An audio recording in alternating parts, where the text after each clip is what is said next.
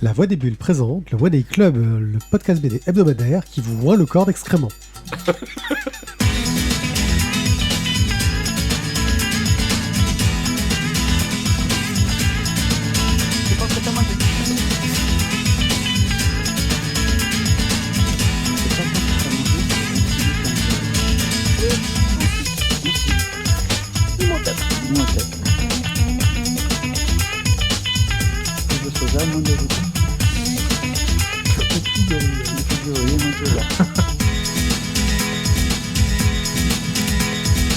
Coucou les gens et bienvenue au One Day Club, le podcast bande dessinée qui va vous parler de bande dessinée. Et pour le faire, je suis accompagné des meilleurs dans leur partie. Les seuls disponibles aussi. Voilà. Les seuls disponibles. Les seuls qui ont osé venir. Les seuls qui supportent que je leur coupe la parole. On va parler en priorité de Thio. Salut Thio. Non, moi je supporte plus. Donc, voilà. Mais coucou les gens quand même. Hein. Voilà. De Tizak. Et oui, comme dit Randall, coucou les gens. Effectivement, c'est la marque de fabrique absolument extrêmement intellectuelle et internationalement reconnue. Et de Guillaume, notre livret préféré. Oh là. Voilà. Oh là, la rente. C'est ça. Voilà, la reine. J'aime bien. Mais bon, c'est... J'aime beaucoup comme intro. Bref, un petit programme sympathique. Nous allons parler de Un avion sans aile, du OK de Matt Fraction et David Aja. Comment tu dis? OK de Matt Fraction. OK. J'ai presque bien prononcé. Faites pas chier, quoi. De Banana Fish et de Dans la tête de Sherlock Holmes, le tome 2. Et nous finirons en parlant de la série OK sans Christian Clavier, parce que franchement, faut pas abuser quand même, bordel. Bref, merci de nous écouter. C'est comme la fois d'avant, je démissionne. Sherlock Holmes, exactement. Bref, on attaque tout de suite avec Un avion sans aile. C'est parti. Mais que peux-tu nous dire, mon cher T, sur cette fantastique bande dessinée Ah, parce que c'est moi qui ai la chronique. Mais oui, c'est ta... Mais ça fait 2 émissions d'affilée que je commence, ça va pas du tout cette histoire. Tu es le... Hallo Leute. Voilà. C'était coucou les gens en allemand. Hein, comme ça, on voulait en faire un à chaque fois différent pour que ce soit un peu plus drôle. Il faudrait qu'il nous trouve des langues un peu plus exotiques quand même. Oui, puis alors là, c'était la version, elle avait pris 2 Lexo 1000 quand même. Hein. Excuse-moi, mais... Tu peux pas... Google est pas à fond. Hein. Je sais pas, la version blonde scandinave, là, tu vois, ce sera peut-être plus sympa. On verra, regarde pour la prochaine émission. Garde-la, parce qu'il n'y a pas quand même 40 000 langues, s'il y en a beaucoup, mais voilà, on va essayer de garder un peu de... C'était la version arménienne, mais là c'est chaud quand même. Mais c'était en version quand tu il était enrhumé, non? C'était en sympathie avec nos amis arméniens. Avec l'autotune. Tu vas nous parler d'un avion sans aile. Non, c'est pas ça. Un avion sans ailion. C'est de qui? C'est de... Ça coûte combien? C'est chez qui? Alors, si je dois faire un résumé rapide, ça s'intitule Un avion sans aile. C'est d'après le roman de Michel Bussy. C'est au scénario par Fred Duval et au dessin par Nicolas Pinheiro. Et il y a donc 176 pages, c'est le seul élément qui m'intéresse. Sorti chez Glénat pour la modique somme de 25€. Plus le épaisse 26 que la mai couverture. 2021. C'est quand même notable. Absolument. De quoi nous parle ce livre? En fait, on s'en fout, il fait 176 pages, c'est le seul élément qu'il faut garder en mémoire. Sur ce, je ne peux que vous le conseiller. Personnellement, je mettrai un coup de cœur car c'est pile poil le bon choix du nombre de pages. Et je vous souhaite une bonne soirée. Non? On peut pas en rester là? Au moins, pour une fois, c'était pas trop long. Hein. Pour une fois, t'as pas tué le timer. Je trouve que c'est... Tu as donné le meilleur de toi-même. Écoute, si tu veux que je fasse succinct, je peux faire succinct. Alors, nous sommes à l'approche de Noël 1980. Un avion s'écrase. Ah mais tu continues? C'était un piège. It's a trap. It's a trap. Un avion s'écrase dans un endroit extrêmement peuplé qui est le Jura, au milieu des montagnes du Jura, enfin montagne voilà. L'accident est d'une telle violence qu'il n'y a aucun survivant. Oui, je sais, c'était facile, c'est un tacle facile sur les gens qui mesurent moins d'1m60. Aucun survivant à l'exception d'une petite... Deuxième tacle totalement gratuit. À l'exception d'une petite fille de 3 mois. Oui, 3 mois. Qui donc fait moins d'1m60. Et du coup, elle fait clairement moins d'1m60. Peut-être pour ça d'ailleurs que l'avion lui est passé. Et elle est retrouvée saine et sauve dans la neige. Par un pompier. Et personne n'arrive à identifier la fillette. Personne ne réclame la fillette. Enfin, je veux dire, même une valise perdue à l'aéroport, on la réclame. Mais là, la fillette, personne ne la réclame. Ils font des ventes, je crois, pour ça. C'est ça. C'est IBB. C'est super glauque. Ouais, ça commence pas super bien. Pompier, une fillette, attends, j'ai pas encore fini parce que bientôt titre. Les parents, ça veut dire qu'a priori, ils devaient accompagner l'enfant, mais ça veut dire que donc, du coup, ils ont cramé dans le crash de l'avion. Et aucun indice, puisqu'effectivement, tout a brûlé. Et puis finalement, il y a quand même des gens qui se réveillent. Il y a deux familles. Deux familles qui revendiquent en fait l'appartenance de cette petite fille. Donc deux familles que tout oppose. D'un côté, on a la famille riche, les De Carville, riches industriels qui pensent que leur petite fille, que c'est leur petite fille donc qui s'appelle Liz Rose. 2 cm et demi. Non, Pierrick, tu peux faire mieux. De l'autre côté, des gens beaucoup plus modestes, la famille Vitral, gérante d'une friterie mobile, n'est-ce pas, de son état. Bon, bref, une camionnette quoi, qui pue les grailles. Et du côté de Dieppe, on est bien, ça fait rêver. Et donc, eux, ils prétendent que c'est leur petite Emily. Et donc du coup forcément ça passe en justice, gna gna, et puis c'est les Vitral, donc les pauvres qui récupèrent malgré tout la garde de l'enfant, comme quoi l'argent ne fait pas tout, mais l'argent paye quand même de bons détectives privés.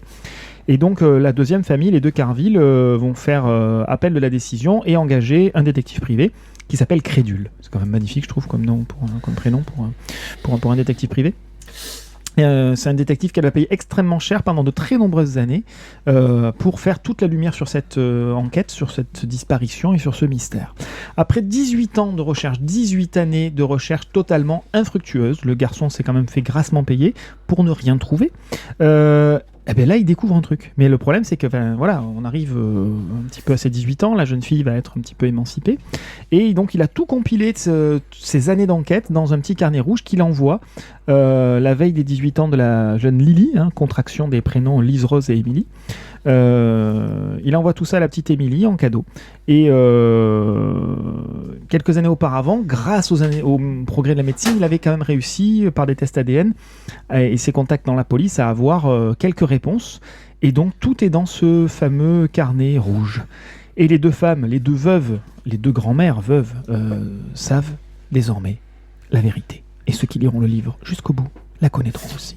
Ouais, on est vraiment dans le truc du oh là là, je ne sais jamais ce qu'il y a. Mais c'est oh, mais je viens de trouver, tiens.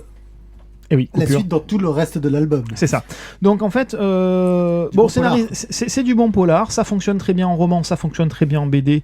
La transcription par Duval fonctionne une nouvelle fois. Je dis une nouvelle fois car il s'était déjà collé sur Les Nymphéas Noirs, toujours de Michel Bussy, qui était paru en 2019 chez Dupuis. Chez Dupuis. Oui. Et Air Libre, c'est ça. Et là, cette fois-ci, au dessin, ça change, puisque ce n'est plus... J'ai oublié le nom. L'autre qui était mieux. L'autre qui était vachement bien. Mais ça collait bien aux C'est bien aussi. Ça collait bien aux Nymphéas. Et donc là, le dessinateur Nicolas Pinheiro met en scène des personnages avec un trait beaucoup plus précis et clair. On est moins dans le côté aquarelle des Nymphéas. Et Casgrain, bien joué.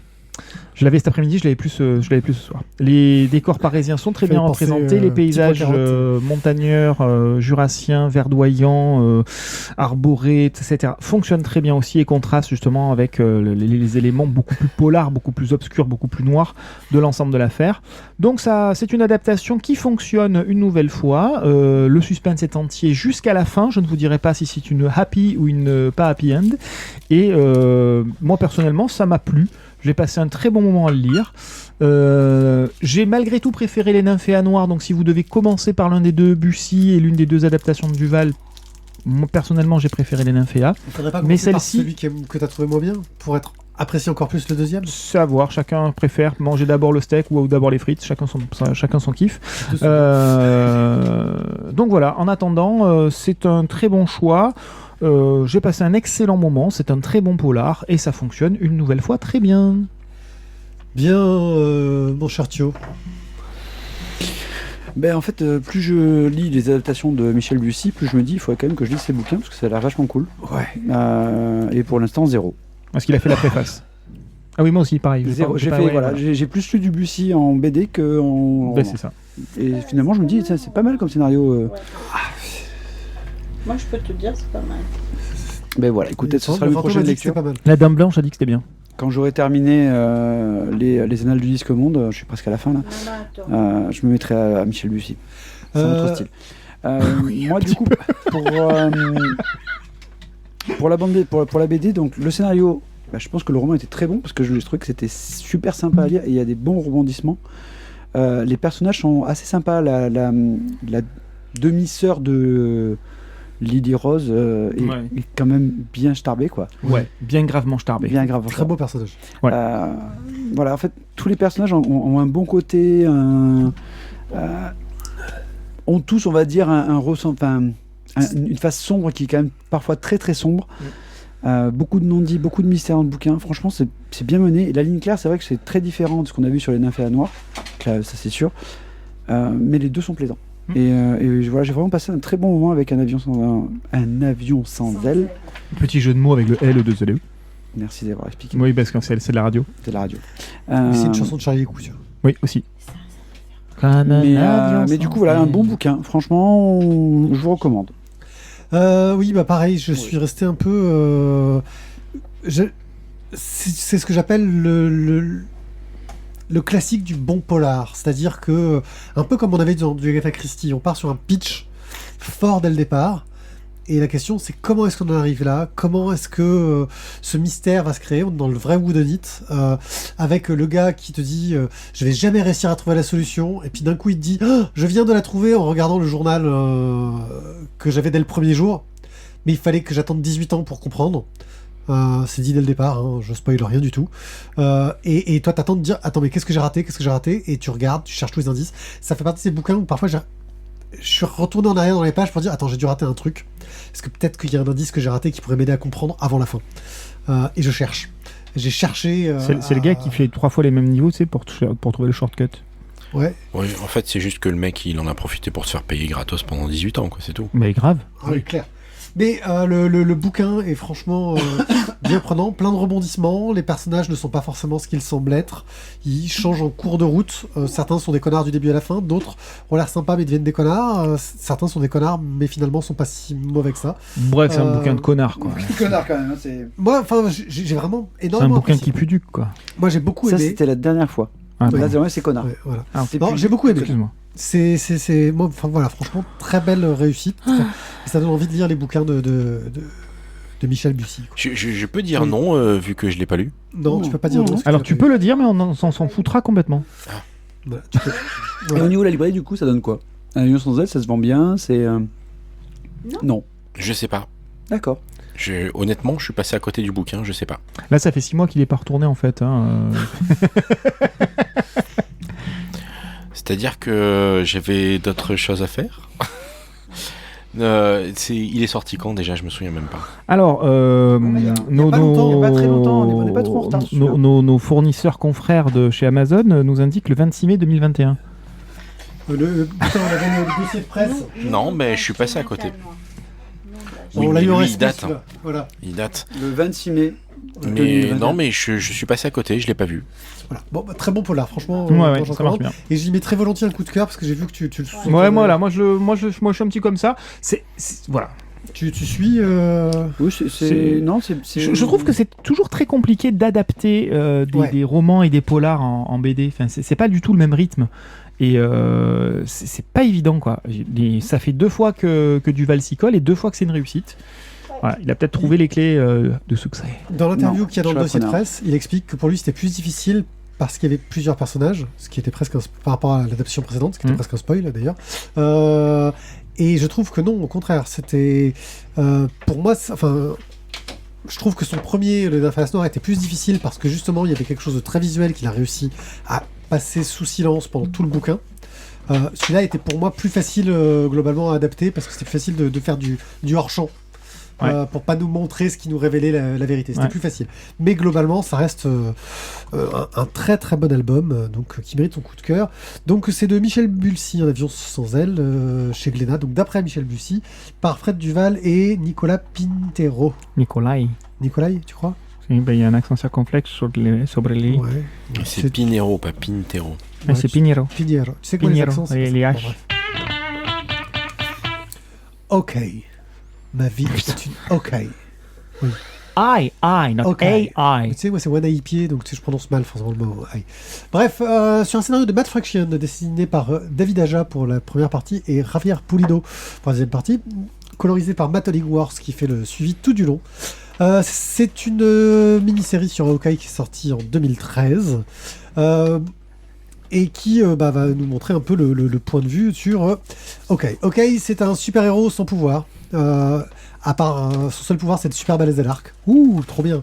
Il est trop fort, le gars. Super balèze au tir en général. Non Voilà, ouais, au tir en général, il fait partie des Avengers. C'est juste une équipe de demi-dieux, tu vois, des mecs qui ont été augmentés par la lui, technologie, il est etc. C'est le seul pas augmenté. Ouais, c'est le gars le plus normal du monde. Si, il y a la Veuve Noire, mais elle fait partie. Elle est augmentée. Dans la BD, elle fait pas partie des Avengers tout de suite. Faut le noter quand même. Bref, c'est Clint Barton. Il essaye d'avoir une vie tranquille dans son quartier de Brooklyn. En résumé, c'est ça. Le mec, il a commencé sa carrière en étant méchant. Hein. C'est un méchant dans les Avengers au départ. Il a fini par devenir gentil, mais avec un truc flou. Puis il est devenu un des chefs des Vengeurs de la côte ouest. Ce qui était un peu comme les Vengeurs à l'époque. J'aimais pas les Vengeurs, mais en moins bien. J'aimais pas les Vengeurs de la côte ouest. C'est l'Avenger à mèche. Ouais, ça puait du cul. Même si dans les Vengeurs de la côte ouest, Ah, il y ça avait... pue du cul. Ouais, non, je sais plus. Ouais. Il y avait Wanda Maximoff et Vision, tu vois, la sorcière rouge et Vision dans les Vengeurs de la côte ouest, et Hawkeye qui faisait partie de cette équipe-là. Mais j'aimais pas. Ça puait du cul. Voilà. Bref. À trop vouloir aider les autres, Clint Barton, il a de cesse d'être entraîné dans des petites affaires louches qui impliquent le gratin du crime organisé. Hein. Un peu truc bien new-yorkais, les gros méchants du crime plutôt mafieux. Heureusement, il peut compter sur la nouvelle Hawkeye. C'est une jeune fille d'une famille riche qui est devenue la nouvelle Hawkeye, qui est aussi la On l'appelle cofondatrice. Hawkeyette. Ouais, qui est aussi la cofondatrice des Young Avengers. C'est quand même pas rien. Et ses contacts au Shield pour le sortir de la galère parce qu'il est toujours dans la merde. Le mec, pendant toute la BD, mais il prend cher sa race. À chaque fois, chaque tome commence in media res où il est dans la merde plus que chaque chapitre. Voilà, il est dans la merde. Clairement, au niveau du scénario, on est dans du scénario du super-héros street level, un peu à la Daredevil entre guillemets. Il n'y a pas de pouvoir de la mort, juste ce qu'il faut de danger pour qu'on se demande comment les héros vont s'en sortir, parce qu'ils vont s'en sortir. C'est pas vraiment la question. Hein. C'est une série d'action qui est très légère, c'est parsemé d'humour, de situations très risibles, avec des méchants. Voilà, il y a le gang des jogging là, qui s'appelle Frangin. Le gang des survêtes sont trop Ouais. bons. Frangin, tu vois, c'est voilà. Je pense que la traduction française perd un peu parce que je crois que c'est bro en VO non-stop où ils se disent bro tous les deux mots, tu vois les mecs. Mais dans un côté très second degré, donc on perd peut-être un peu sur la traduction. Bah, nous, ce serait frère. Ouais. Aujourd'hui, ce serait frère. Il y a quelques années, c'était frangin. Ouais. Aujourd'hui, c'est frère. Ouais, Bref. c'est le sang. C'est le sang. Au niveau du dessin, Sang de jogging, quoi. David Aja comme Javier Pulido s'en sortent très bien. C'est quand même David Aja qui mène un peu plus le style. On reste sur des styles assez proches, avec des couleurs en aplat très simplistes, très adaptés au récit. C'est très réaliste, mais avec une ligne discrète. C'est-à-dire que vraiment, on n'a pas des gens qui sont surproportionnés. Ils restent très street level, proche de la rue. Parfois, c'est suggéré, mais il y a un ancrage que je trouve franc et direct. Vraiment, l'ancrage est très fort. Moi, c'est le genre d'ancrage que j'aime beaucoup. Un peu comme on pouvait le voir quand on lisait Gotham Central. C'est le même genre de dessin, mais avec un gaufrier vachement mieux utilisé. Il y a une narration qui est explosive. Ça utilise le gaufrier classique. Donc, le gaufrier, c'est comment on met les cases les unes par rapport aux autres pour faire comme un moule à gaufre, quoi. Mais ça achète. Mais ça achète les cases dans les cases. On nous insulte, frangin. Des symétries narratives pour mettre en valeur des choses. Parfois du surdécoupage C'est frère. pour mettre des tonnes de cases dans une planche pour mettre un peu de pêche ou accentuer un dialogue. Et un rythme qui est vraiment superbe. J'ai adoré ce côté-là. Il y a une question dans le public. Alexandre Aja s'en va en cours de route ? Non, en fait, ils se succèdent en cours de dessin. Alors là, pour le moment, j'ai lu que le premier volume qui a 5 chapitres. Alexandre Aja fait les 3 premiers chapitres. C'est Javier Pulido qui fait les 2 suivants. Mais Il y a 7 David Aja revient après et il s'échange un peu les rôles. J'ai dit Alexandre Aja, mais c'est un réalisateur, donc ça n'a rien à voir. Oui, c'est moi qui ai dit Alexandre Aja. Ah d'accord, c'est toi qui l'as dit, oui. Voilà, c'est un réalisateur qui a fait Silent Hill. Rien à voir. Bref, c'est à la fois génial dans le traitement et la tonalité, c'est parfaitement accompagné par des dessins à l'auteur, mais ça manque un peu d'ambition dans le récit. C'est un peu le défaut que je donnerais. Ça le rend oubliable, c'est-à-dire que je l'ai trouvé très sympa. J'ai pris un super bon moment à le lire, mais je vois pas trop où ça va. Et je me dis que peut-être que la suite du run, qui est un run en 22 chapitres, va rehausser les enjeux, apporter quelque chose qui va un peu plus impliquer le personnage, se dire que peut-être que ça va faire évoluer la situation du personnage, qui pour le moment, je trouve, en tout cas dans ce volume-là, c'est bien. Je passe un moment excellent, mais je vois pas trop où ça va. Est-ce que ça veut raconter sur l'évolution du personnage ? Et c'est souvent le problème dans les comics. Soit c'est une grosse saga cosmique où il se passe un truc de fou, soit on raconte la vie de tous les jours du super-héros et bon, c'est bien, mais bon, c'est pas... Et c'est dommage. Voilà, j'ai trouvé ça un peu dommage. il avait fait David Aja, Immortal Iron Fist, qui était vachement bien et qui pour le coup allait vachement plus loin dans le fond sur le personnage, je trouve. Là, ça manque un peu. Alors pour les gens qui nous écoutent, c'est Iron Fist. Iron Fist, ouais. Faut que je dise la suite du run. Faut que je fasse la traduction. Ouais, de Hawkeye. Parce que voilà, je pense que ça peut valoir le coup, mais je crois que c'est difficile à trouver la suite. Notre libraire ne sait même pas, tellement c'est difficile à De trouver. quoi, Ma vie est une arme? La suite de ça? Bah, je sais pas, là, celui que t'as, c'est l'OP de l'été. Ouais, donc, c'est une opération de l'été, tu le trouvais à 5€ et des poussières, c'était pas cher, c'était 6 vachement bien. Ouais, 5,99€. Non, pas 6€, 5,99€. Ah ouais, c'était la super opération de l'été en librairie, là, pour faire concurrence à l'opération de l'été de Urban, où les bouquins sont juste 2 fois plus épais et 1€ moins cher. Ça Ouais, reste, mais franchement, ils étaient en train de trembler en termes de concurrence. ça Oui. reste, Non, mais ça reste alors pour la... intéressant à 6€. Hein. Des mode libraire on, en parallèle, t'avais aussi une super opération de l'été avec des titres vachement plus intéressants en grande surface. Ah ouais. Ah. Moi, c'est vous. Ouais. C'est pas Nini.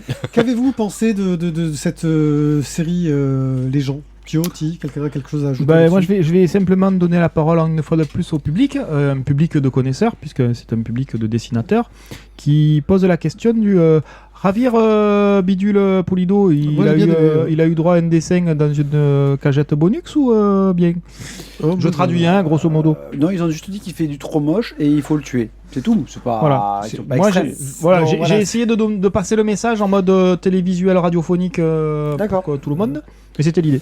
Voilà. Tout de suite, parce qu'il a un nom qui fait pas trop français, Ravière, là, tu vois. Ouais, mais je suis assez, Ouais, mais Ara, c'est pas mieux. Hein. mais je suis assez d'accord finalement avec Randall Flagg. Le changement de dessinateur tue un peu le bouquin quand même.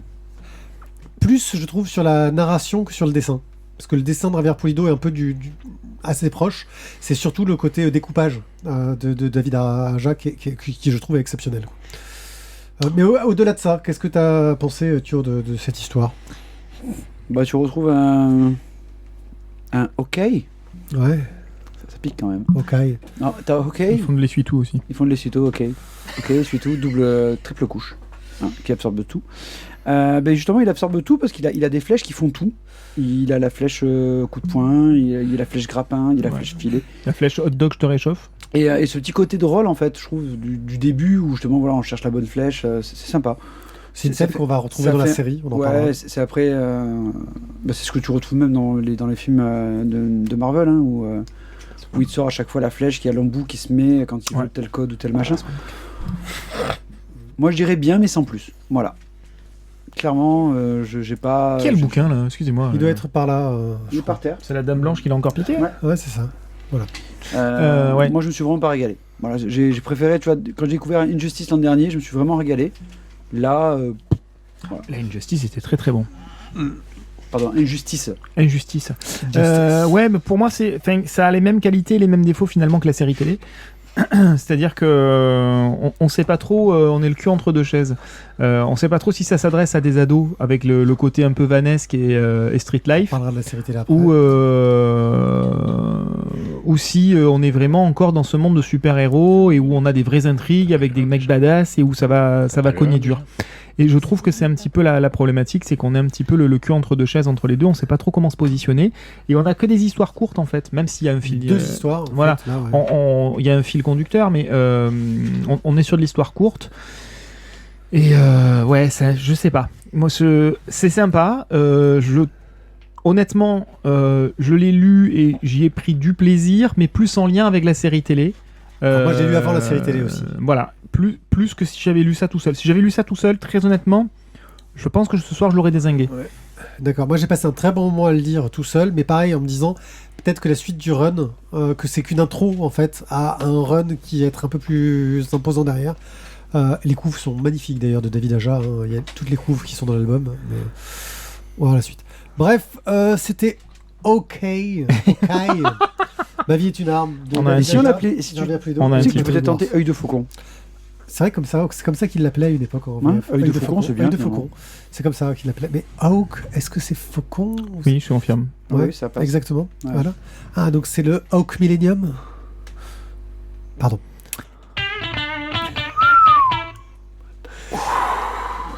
Je vais y aller. Merci de nous écouter. Ouais, Merci de nous dis-moi. supporter. Mais vous savez que Il y a 3 annonces Pôle emploi là ce soir. si vous voulez nous supporter, le plus simple, c'est de nous soutenir sur Tipeee ou alors de parler de nous ou de nous rejoindre sur notre Discord. Tous les liens sont disponibles sur lavoidesbulles.fr. Tous les liens sur nos réseaux sociaux. Vous pouvez nous suivre. Je vais principalement remercier Siobhan, Warloff, Todd, Stéphane, Komal et Boob qui nous donnent des sous à chaque épisode. Et ça, franchement, ça nous aide à nous acheter du matos, à nous acheter des BD aussi de temps en temps parce que on en produit quand même pas mal tous les mois. Voilà. Donc si vous aussi, vous avez un petit peu d'argent dont vous savez pas quoi faire, ou si après nos conseils BD, vous vous dites « Oh, j'ai droit à une super promo, il me reste 2 euros. Si je les donnais au One Day Club et à la Voix des Bulles, ça leur ferait super plaisir. » Voilà, faites-le. Ça serait quand même Vous pouvez aussi nous envoyer des dosettes de café, hein. Enfin on prend tout. Hein. Sinon, vous pouvez acheter les BD chez moi. Vous allez acheter la BDerie, il nous reverse que dalle. Même par correspondance. Voilà. Ouais, c'est vrai. Il nous fait un petit prix, mais bon, quand même, franchement, voilà. De toute façon, Je vous facilite l'achat pour les chroniques. c'est vrai.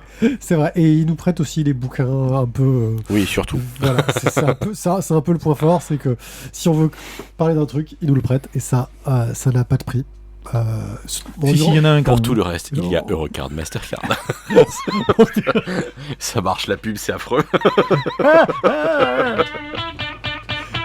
Vas-y, fais-nous un peu de pub sur le prochaine histoire, c'est Banane Affiche de Akimi Yoshida. Alors, mon cher Guillaume, au lieu de dire des conneries, un peu de Oui. sérieux, s'il te plaît. Alors bon, Au scénario, il y a premièrement, truc. toutes mes excuses parce que je l'ai lu il y a un petit peu trop longtemps, donc mon pitch ne sera pas parfait. Banana Fish, c'est un vieux classique. J'avoue, j'ai découvert ça avec la réédition toute récente de Panini, qui des fois font des trucs bien. Et Toi, tu ah les merde, aimes, hein. j'ai laissé parler Toi- mon côté libre. Toi, Pardon, toi, désolé, non toi, mais tu les aimes, hein. Ouais, non, mais c'est pas si mal. Plaisanterie mise à part, voilà. Donc c'est un vieux classique, j'ai envie de dire, donc qui a été remis au goût du jour et en avant par la réédition en mode perfect, je crois. C'est la PAF, édition définitive. mais Voilà, c'est Perfect Edition. de chez Panini. Donc c'est des volumes un peu plus grands. On se rapproche du format du Shonen Jump, par exemple. C'est plus épais. Ça fait. Ah, on parle des choses intéressantes. Et ça fait voilà l'équivalent de 2 tomes et demi des petites éditions. Voilà. Enfin, une Bible, Voilà. hein. C'est Tout de l'Ancien suite, Testament. Tout de suite, ça rehausse la qualité de l'ouvrage. Oui, Ouais, ça, tout de suite, c'est à peu ça près change ça. Donc c'est quoi? En fait, on va suivre. Donc, comme je disais, ça fait un moment que je l'ai lu, donc j'ai perdu le nom du héros. Je suis désolé. Ash Merci. Lance. On va suivre Ash, voilà, donc qui est le chef d'un petit gang, une petite frappe qui, pour une raison un peu inconnue au début, on ne sait pas exactement le pourquoi du comment, a quand même ses entrées auprès du chef du coin. Enfin, et qui voilà, a une petite préférence. Et qui, Les raisons sont glauques. quand on le découvre, le pourquoi du comment, c'est plutôt glauque, oui.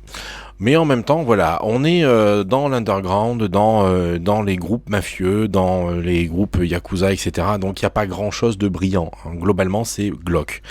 Et donc on va sur voilà ce gars qui se démène, qui a son frère à charge. On ne sait pas exactement ce qui s'est passé pour son frère. On suppute qu'il y a des choses intéressantes en rapport avec une guerre X ou Y.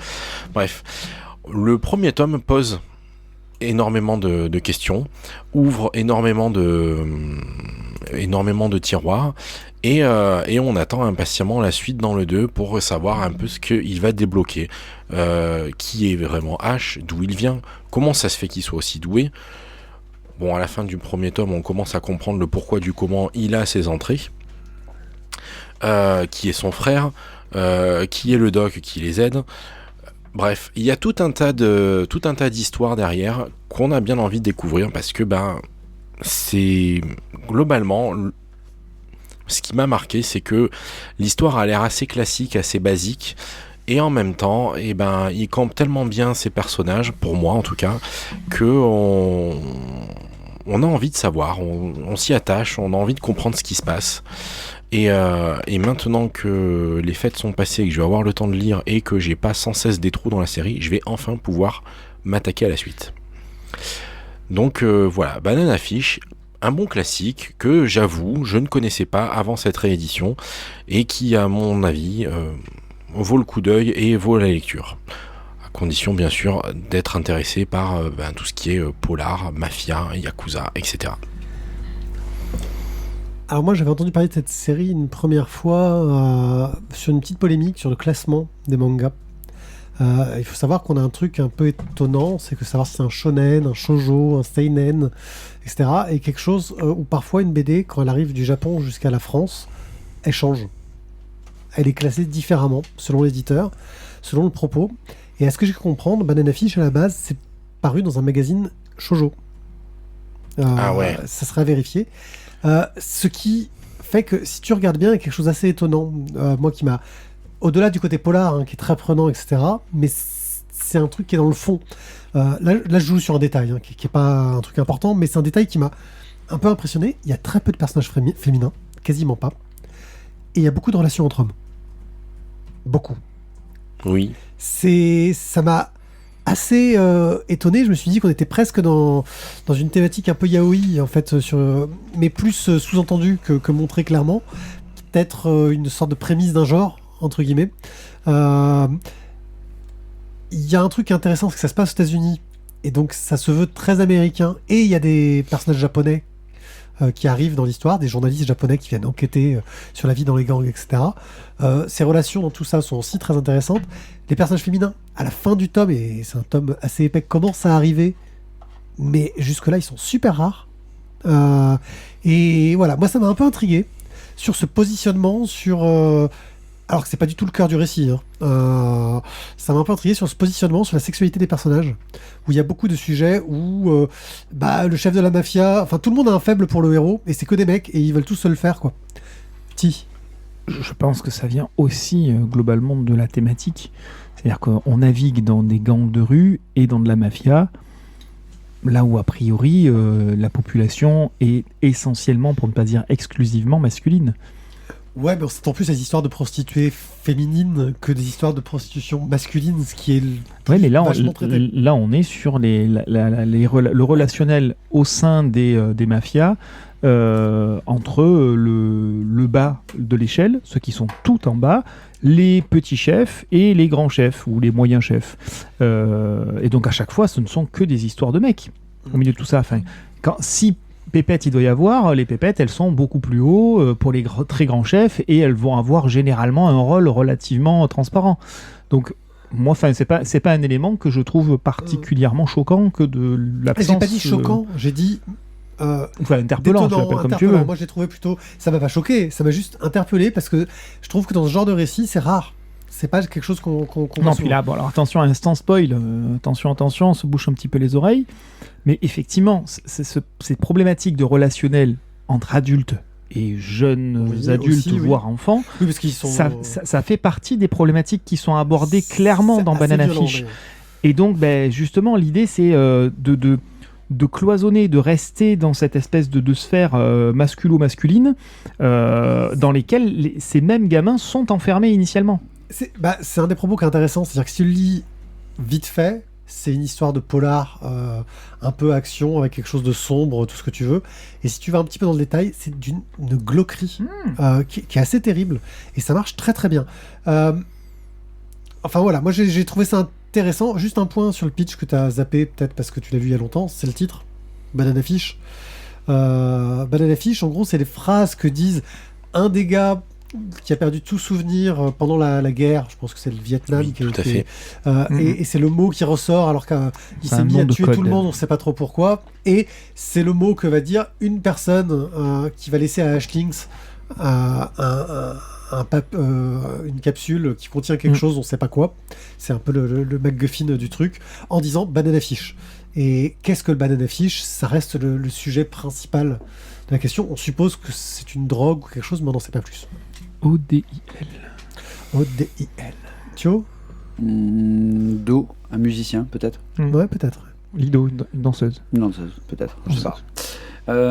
Écoute, moi j'ai été assez en colère en fait après la lecture de Banana Fish parce que je trouve que c'est toujours le problème avec un polar. On te le donne et puis ensuite t'as envie d'avoir la suite. Voilà. Et là, t'as un peu envie d'insulter quelqu'un, mais bon. Tu veux dire ces connards de libraires qui veulent nous vendre des livres Voilà, c'est ça. hors de prix? Oui, surtout, ouais, mais c'est surtout quand tu vois l'épaisseur, tu te dis, ah, merde. Je suis désolé, mais si tu fais le rapport épaisseur-prix, c'est vachement plus intéressant que ce que nous fait lire Thierry. Ok. Je pense qu'il faudrait qu'on fasse une sorte d'indice sur chaque BD sur le rapport épaisseur. Juste une remarque, c'est juste que c'est pas du tout le même papier. Enfin, moi je vous propose des livres imprimés sur du vrai papier, pas sur du papier, pas sur du PQ, quoi. Du velin. Tu vois, enfin, même OK, il est pas imprimé sur de l'essuie-tout, quoi. Enfin, excuse-moi, mais.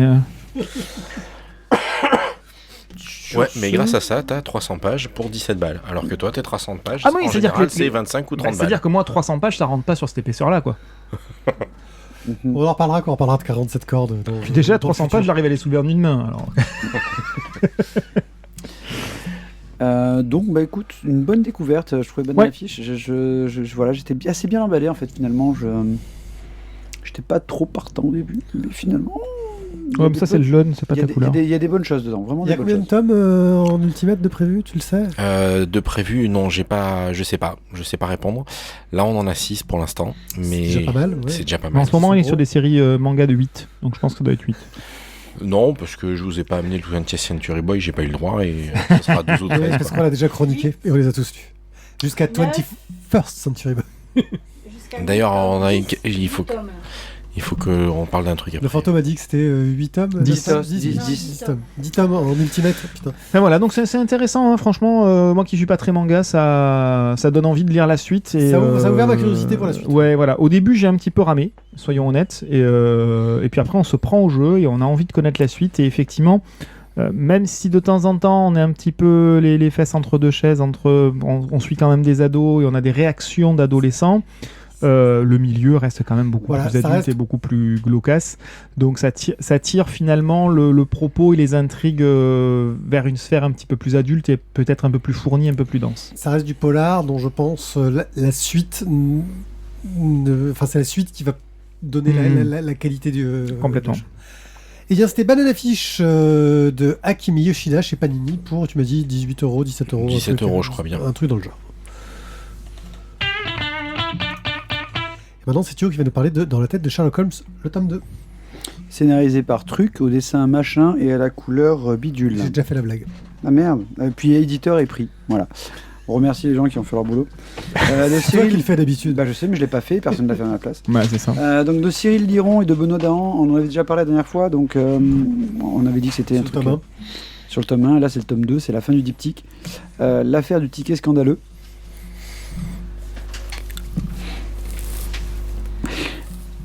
Alors que Sherlock Holmes donc, et le Dr Watson donc, sont à la recherche du magicien Wu Jing, le magicien chinois. Quoi T'as mis un accent Wu Jing. Ouais, attention. Ah oui, c'est vrai que ça peut être doué. Attention. Le ministère des colonies britanniques désormais est visé lui aussi. Arrête de couper la parole, Donc Thierry. cette fois, ce sont les plus hautes sphères de l'État britannique qui vont être frappées donc justement par le chinois fou. Mais Il a rien Il est dit. terrible. Il a rien dit. il est terrible, il est terrible. Mais pourquoi est-ce que justement c'est aussi important que ça? Parce que on s'est aperçu dans le premier tome que il y avait des spectacles dans lesquels des hommes politiques ou des hommes, on va dire, assez importants au niveau de la société britannique étaient retrouvés morts après ces représentations. Et la piste a mené donc Sherlock Holmes et le Dr Watson à la poursuite d'un spectacle de magie fait par donc justement un Chinois qui s'appelle Wu Jing. Notre détective est toujours confronté à ce personnage qui est assez secret pour l'instant et on va avoir plus de réponses dans ce dernier tome. Je vais faire une chronique assez courte, bizarrement, et c'est écrit, hein, tu vois, j'ai pas copié. Hein. Encore une fois, les auteurs ont laissé libre cours à toutes les folies qu'ils avaient envie de faire pour conclure leur histoire. On a une BD qui est assez barrée. C'est hyper inventif, ils sont allés mais dans tous les sens. L'histoire est servie par le support va justement magnifier le récit qui en plus il n'a pas oublié d'être intéressant. Chaque planche c'est l'occasion de découvrir mais plein de découvertes, plein de trucs neufs et vous pouvez revenir dessus et voir encore plein de détails, plein de choses nouvelles. Waouh, c'est ouf, franchement le dessin raconte presque autant que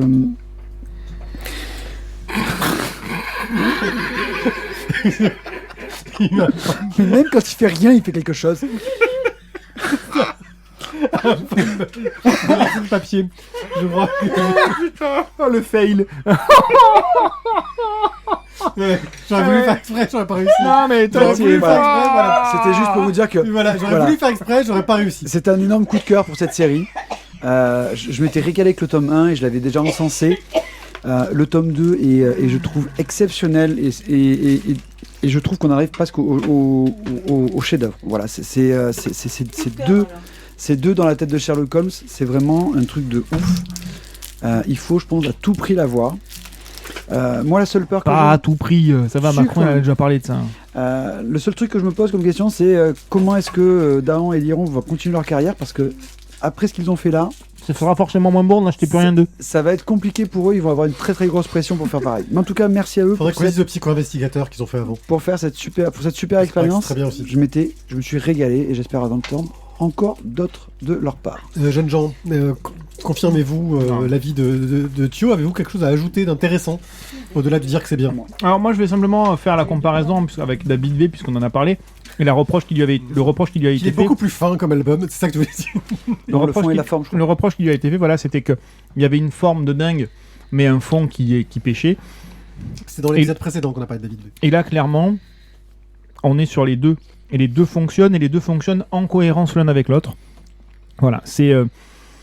quand on parle de cohésion entre le scénariste, le dessinateur, le coloriste, machin, voilà. Là, il y a une synthèse, je trouve, parfaite, et parfaite avec le propos. C'est-à-dire que le principe même de Sherlock Holmes et de ce qui se passe dans sa tête, c'est cohérent avec ça. C'est pas simplement on a décidé de voir ce qui se passait dans la tronche d'une tortue, quoi. C'est que c'est cohérent en plus avec le personnage. Voilà, l'ensemble fonctionne divinement bien et c'est un alpha oméga sur Sherlock. Pour donner une Allez-y, idée, foncez. pour ceux qui ont vu la série Sherlock, c'est un peu tous ces courts passages qu'on a dans la série Sherlock où on voit comment il réfléchit, où on a des petits raccourcis sur comment il fonctionne, sauf que c'est tout du long dans toute la BD.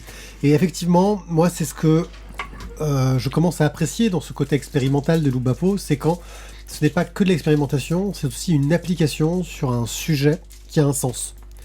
Et là, c'est magnifiquement bien fait. Il y a quelques trucs qui sont utilisés que j'avais déjà vus, des jeux sur la transparence des pages. Alors il y en a un que j'ai pas trop réussi, à un moment il faut plier une page au milieu, j'ai pas compris ce qu'il voulait faire. J'avoue, c'est le seul point qui m'a fait un peu... faudrait peut-être que, si vous l'avez vu, vous me montriez, parce que j'ai peut-être juste pas compris un Parce truc. qu'il faut tout voir et tout lire. Hein. Voilà. Il y a de tout. Hop. hein. Il faut surtout le relire en fait. Un dessin un peu taillé à la serpe, un peu droit, une ligne claire mais un peu droite qui colle très très bien avec le côté Sherlock Holmes. On pense à ce Personnage osseux et rigide. Ouais, voilà, osseux et rigide qui marche très très bien. Une intrigue vraiment prenante. Une suite qui est annoncée par le final. Ils nous disent clairement hey, on va faire une suite. En fait, on a résolu l'enquête, mais on va faire une suite. Et puis, une sorte de jeu de pistes où on va avoir chaque enquête, chaque indice qui est numéroté tout au long. Et à la fin de l'enquête, on nous remet tous les indices et on voit que d'un point de vue de l'écriture, du suivi narratif, c'est un petit bijou de travail en fait, et où même les fausses pistes sont traitées de certaines façons, ou le fil que l'on suit tout du long de la narration. Allez, quelques petits reproches, mais c'est vraiment mineur. Ça va pas bien, non? C'est vraiment mineur. Sinon, Il y a des moments, jette-lui un papier dans la figure et dans on le ne sait verre. pas. Non, il y a des moments où on ne sait pas si on doit lire en suivant le fil ou lire en suivant la page. Je sais Mais pas les si- deux, mon général! C'est-à-dire Chaque que- page, elle se lit, elle se relie. Oui, mais parfois t'as le fil qui traverse la page et tu sais pas trop si tu sais pas trop dans quel ordre lire les cases. C'est le seul petit défaut. Ça arrive à des rares moments, mais c'est disons que c'est le petit truc que tu peux concéder vu les choix narratifs qui ont été faits, qui ont été très complexes. Il y a des moments où j'ai dû relire plusieurs fois la page parce que ah merde, moi je suivais le fil et en fait c'était pas le sens de la discussion.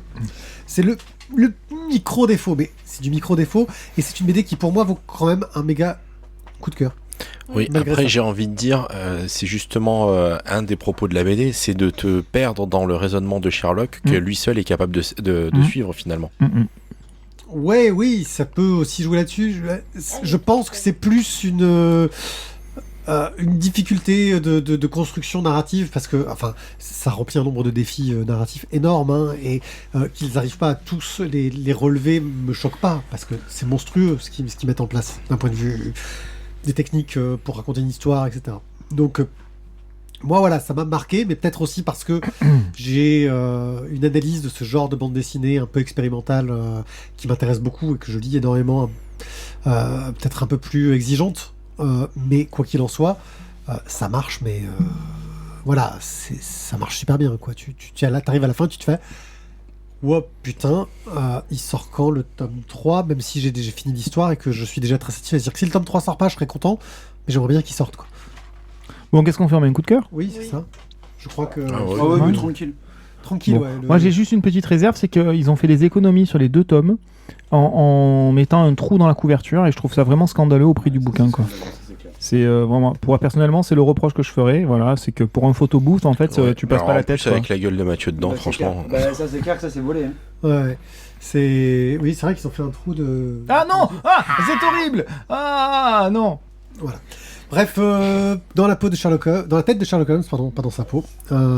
Une superbe histoire, c'est chez Ankama, c'est par Benoît Dahan et Cyril Lieron, et franchement, c'est une tuerie. Je sais pas combien ça coûte. Je crois qu'il y a une intégrale qui est sortie, non? Non, pas Non, pas encore. encore, mais c'est prévu, il me semble, ou un truc dans le genre. Je sais pas, et je suis pas sûr que ça vaille le coup d'ailleurs, mais non, je pense. Enfin, j'ai rien d'annoncé pour l'instant. Oh, ça vaudrait le coup d'avoir un tome complet qui regroupe les 2 tomes. Genre. Bon, Bah on s'en non, là, fout, t'en as 2 avec le vous trou dans la courez chez couverture, votre c'est libraire, vachement Ouais, vous c'est achetez cool, les quoi. 2 et Parce puis que c'est j'allais dire, fini. sur l'intégrale, il faut qu'il trouve autre chose, du coup. Ouais.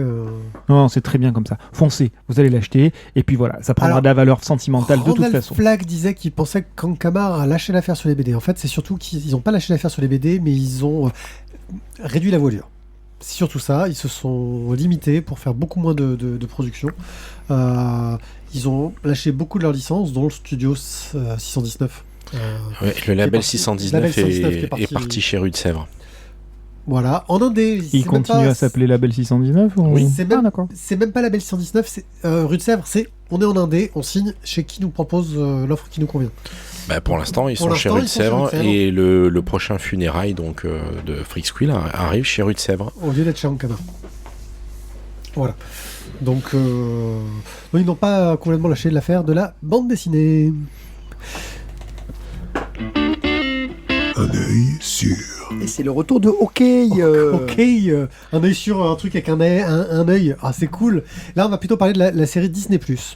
La série Disney+, est coproduite par Matt Fraction, qui a réalisé le run dont on vient de parler à l'instant, et reprend beaucoup de ses points. Sauf qu'on est dans le Hawkeye du MCU, donc le Marvel Cinematic Universe, qui est un personnage qui est un personnage, on ne sait pas trop comment il s'est retrouvé dans les Avengers en fait, parce qu'il reste assez secondaire. Il apparaît vaguement dans le premier film Thor, parce qu'il lui tire dessus de Ah, loin. bah, pas du et tout vaguement. Oui. Oui, il est là. Ah, Il bah sert oui. pas à grand chose. Il apparaît dans le film, dans les films Avengers, mais il reste un rôle assez secondaire. Il est un peu plus présent dans les derniers Avengers Endgame et compagnie, où il a un rôle assez important sur le sens du sacrifice et sa relation avec Natasha Romanoff, donc la veuve noire qui est importante. Cette relation qui, même s'il n'est pas présent dans le film Veuve Noire, est quand même vachement... C'est un personnage qui est beaucoup dans l'ombre. C'est-à-dire que dans le film Veuve Noire, il y a plein d'endroits où ils arrivent, où on voit que elle arrive dans des endroits où elle a été avant et où elle était présente avec lui, elle a été en planque à un moment, etc. Et donc on va suivre l'histoire de ce personnage-là qui, à force d'entendre, d'être au milieu de plein d'explosions, a commencé à devenir un peu déficient au niveau des oreilles. Donc porte un appareil auditif parce qu'il commence à galérer. Et aller à New York pour passer un peu les fêtes de Noël en famille. Sauf que sa famille doit rentrer, doit rentrer à la maison, dans leur bled paumé au milieu de nulle part. Sa famille, n'oublions pas, qui a disparu pendant 5 ans, pendant le blip, voilà, le claquement de doigts qui a fait peur. Sauf qu'il se retrouve face à quelque chose qui craint, c'est que le costume qu'il portait quand il y a eu le blip, où il a pété un peu un câble et qui est devenu Ronnie, une sorte de tueur de méchants, mais avec des méthodes assez extrêmes au niveau des mafieux, est retrouvé et lui, il veut s'en débarrasser. Et au milieu de tout ça, il se retrouve face à une jeune fille qui s'appelle Kate Bishop, fille d'une jeune riche qui, elle, est fan de Hawkeye, parce que quand elle était gamine, elle a vu la scène du premier film Avengers, où on le voit qui se jette dans le vide en tirant sur les extraterrestres, et elle veut devenir comme lui. Et elle a passé toute sa jeunesse à s'entraîner, à devenir super balèze, sauf que c'est une gamine et qu'elle est... Et lui se retrouve avec un peu ce sort de boulet qui la suit et qui lui colle aux pattes. Entouré dans des milieux plus ou moins bizarres, genre tous les fans de grandeur nature, entouré de fans de GN qui vont l'aider dans ses aventures. Et ils sont bizarres, les fans de GN, quand même, hein, c'est un peu dit. Qui traînent à Central Park. Et au milieu d'affaires très proches de l'ambiance qu'on avait dans la BD dont on a parlé tout à l'heure, mais avec des enjeux un peu plus marqués. Parce qu'on voit clairement que la série, déjà, pose tout de suite un point final, c'est-à-dire que le but, c'est que Hawkeye règle toutes ces affaires de merde avant Noël, parce qu'il a promis d'être à Noël avec sa famille. C'est un peu son objectif. Un côté action qui est bien mené, un côté second degré humour très terre à terre, parce que clairement il est montré comme le gars, il s'en prend toujours très proche de Die Hard. On est vraiment dans l'esprit Die Hard, le film de Noël où le gars en prend plein la gueule. On est dans cet esprit-là. Un côté où il galère tout ce qu'il peut pour s'en sortir. Il a cette gamine qui est très balèze, mais qui est un peu un boulet parce que elle n'écoute rien. Elle n'écoute rien. Comme une bûche. Mais elle est sympathique. Oui, mais ça colle avec son âge et voilà. Un côté un peu exagéré dans l'humour. Ils en font des tonnes. Des scènes totalement calquées, certaines sur la BD. Il y a toute la scène où ils sont en poursuite en voiture contre les hommes, contre le gang des survêtes là, où elle est en train de chercher les flèches, etc. Mais on assiste à la création d'une nouvelle héroïne, alors que dans la bande dessinée, c'est une héroïne qui existe déjà depuis un moment, donc elle est un peu plus mature quand même. Et ça marche super bien. Moi, j'ai retrouvé un peu cet esprit Die Hard du film de Noël Fun, avec en plus quelques révélations. On a une suite directe du film La Veuve Noire, donc je vous recommande de voir La Veuve Noire avant. Voilà, de la scène post-générique de La Veuve Noire, donc je vous recommande de voir La Veuve Noire avant. Sinon, dans le visionnage de la série, vous faites une pause, vous allez voir La Veuve Noire, voilà, et après vous revenez sur la série. Ouais, pour comprendre un peu ce qui s'est passé. C'est ce que j'ai fait. Parce que sinon vous ratez un bout. Des réintroductions de choses qu'on ne s'attendait pas forcément à revoir dans l'univers Marvel Cinematic Universe. Qui sont très bien amenés et qui, moi, me font faire un grand sourire. Des personnages de BD qui vont avoir droit à leur série derrière, genre Echo, qui est une des antagonistes de Daredevil, qui est un personnage très intéressant. Des choix, je trouve, de casting qui sont étonnants. Echo, dans la bande dessinée, est sourde. Alors, ils ont choisi une actrice sourde. Elle est hispanique, alors ils ont choisi une actrice hispanique. Sauf qu'en plus, ils ont trouvé une actrice à qui il manque une jambe, alors ils ont décidé d'intégrer ça dans l'histoire. Donc ils ont une actrice sourde hispanique à qui il manque une jambe, mais qui fait des cascades. Et franchement, elle assure pas mal dans les scènes d'action. Moi, j'ai passé un très bon moment et j'ai retrouvé un peu ce petit plaisir coupable des films d'action de Noël, j'ai envie de dire, entre le Die Hard, le Gremlins, avec un peu d'humour, un peu de second degré, une crédibilité qui est pas toujours totale. Je veux dire, c'est pas réaliste, et c'est pas l'objectif, et ça marche plutôt bien. Et puis, un sens de la moquerie, parce que rien que Rogers, The Musical, la comédie musicale sur la scène d'Avengers, où ils ont intégré Ant-Man, mais il y était pas. Et ça fait chier, c'est parce qu'il y était pas. Voilà, moi j'ai trouvé ça super bien. Et voilà, c'est le petit bonbon léger de Disney+, qui a fait que c'est pas grandiose, mais j'ai passé un moment... sympathique, agréable, qui m'a bien détendu. Franchement, j'ai bien aimé. Je sais pas si vous l'avez vu, ce que vous en avez pensé. Guigui ? Alors moi j'ai commencé à la regarder et puis quand je me suis rendu compte que ça sortait tous les mercredis, j'ai arrêté pour regarder la fin d'un coup. Parce que moi j'aime bien le côté à suivre. Bah ouais, mais moi j'aime bien manquer les épisodes et pas me retrouver bloqué parce qu'il y en a plus. Moi j'aime bien quand c'est à suivre mais que j'ai tout d'un coup. Voilà. Moi j'aime bien attendre l'épisode de la semaine d'après. C'est quelque chose que j'aime bien. Et moi j'avoue j'aime plus ça. Donc j'attends que ce soit fini et c'est fini. Et du coup je vais pouvoir reprendre là, tu vois, on s'était relancé sur d'autres choses et puis là on vient de relancer la saison 3 de Daredevil parce que je l'avais pas regardé. Ça tombe bien.